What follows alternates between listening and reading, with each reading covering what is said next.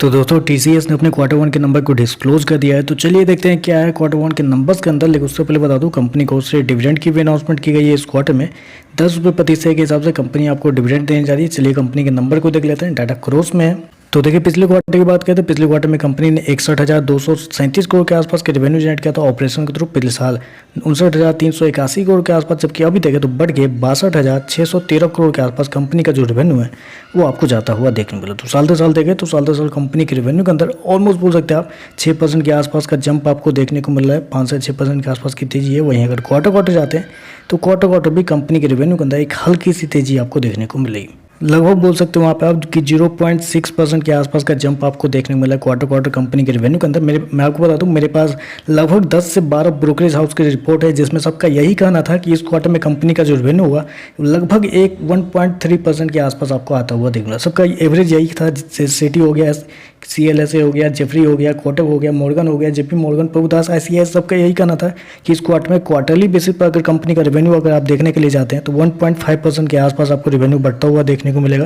लेकिन यहाँ पे देखें तो मात्र 0.6% के आसपास का कंपनी का रेवेन्यू आपको जाता हुआ देखने को मिल रहा है।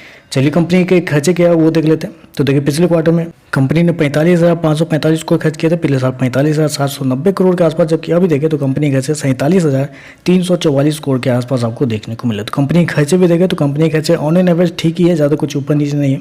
चलिए कंपनी का नेट प्रॉफिट क्या निकलता है वो देखते हैं। तो देखिए पिछले क्वार्टर की बात करें तो पिछले क्वार्टर में 12,502 करोड़ के आसपास का प्रॉफिट था। पिछले साल 11,120 करोड़, जबकि अभी देखें तो कंपनी का प्रॉफिट 12,105 करोड़ के आसपास आपको देखने को मिल रहा है। तो साल दर साल देखें तो साल दर साल कंपनी के प्रॉफिट के अंदर लगभग 9% के आसपास की तेजी आपको देखने को मिले। जबकि क्वार्टर जाते हैं तो क्वार्टर कंपनी के प्रॉफिट के अंदर एक हल्की सी गिरावट भी आपको देखने को मिली। हालांकि मैं आपको बता दूं, मार्केट का अनुमान भी था कि इस क्वार्टर में कंपनी का जो प्रॉफिट है वो क्वार्टर आपको गिरता हुआ देखने को मिलेगा।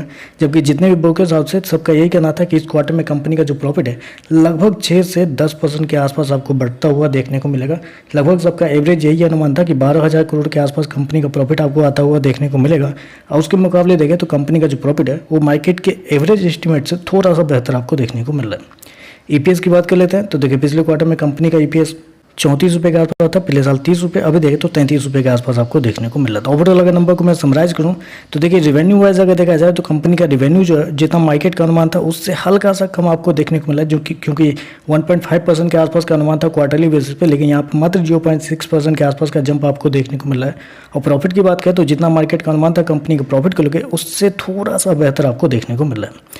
तो चलिए बस आज के लिए बस इतना ही। वीडियो पसंद आए तो लाइक कीजिएगा, साथ में साथ चैनल को सब्सक्राइब जरूर कीजिएगा। धन्यवाद।